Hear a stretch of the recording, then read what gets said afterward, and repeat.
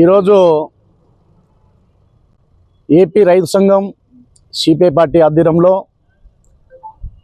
ప్రతి ఒక్క తహసీల్దార్ ఆఫీస్ దగ్గర రైతులకు నాణ్యతమైన విత్తనాలు ఇవ్వాలని ఈరోజు నిరసన కార్యక్రమం తెలిపి తహసీల్దార్ గారికి ఒక అర్జీ ఇవ్వడం జరిగింది. గత ప్రభుత్వంలో కూడా రైతులు చాలా నలిగిపోయారు, నాణ్యతమైన విత్తనాలు ఇక. కానీ నూతన ప్రభుత్వం తెలుగుదేశం కూటమి ప్రభుత్వం వచ్చింది. మేము ఈ ప్రభుత్వాన్ని ఒకటే కోరుతున్నాం.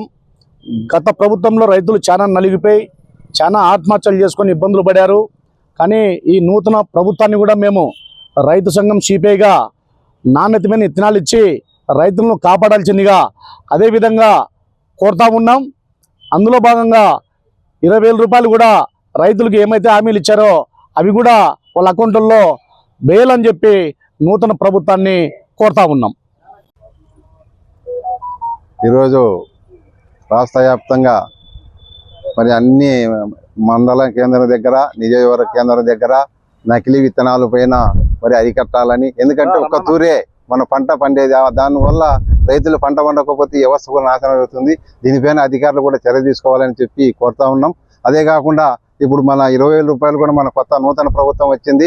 20,000 రూపాయలు కూడా ఖరీఫ్లోనే తక్షణమే ప్రకటించాలని, అదేవిధంగా ట్రాక్టర్లు ఇవాళ 90%తో మరి అన్నీ కూడా సబ్సిడీతో ఇవ్వాలని చెప్పేసి, డీజిల్ కానీ ఇవాళ అన్ని రకాల పంటలు కూడా ఇవాళ నాణ్యతమైన ధరలు కల్పించాలని అనేక సార్లు కూడా మేము కోరుతా ఉన్నాం. కానీ గతంలో 2 బాకీలు ఉన్నారు, అవి కూడా మీరు వచ్చినారు కాబట్టి అవి కూడా చేయాలని చెప్పేసి కోరుతా ఉన్నాం.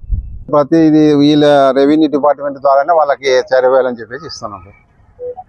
వాళ్ళు చెప్పుకోలేదు, మా పిలుపు ఇదే, స్టేట్ కాలేజీ మొత్తం ప్రతి తహసీల్దార్ కార్యాలయం దగ్గర రిప్రజెంటేటివ్ ఇవ్వాలని చెప్పేసి మా రైతు సంఘం కోరింది. అందుకోసం వీడు ఇస్తాను.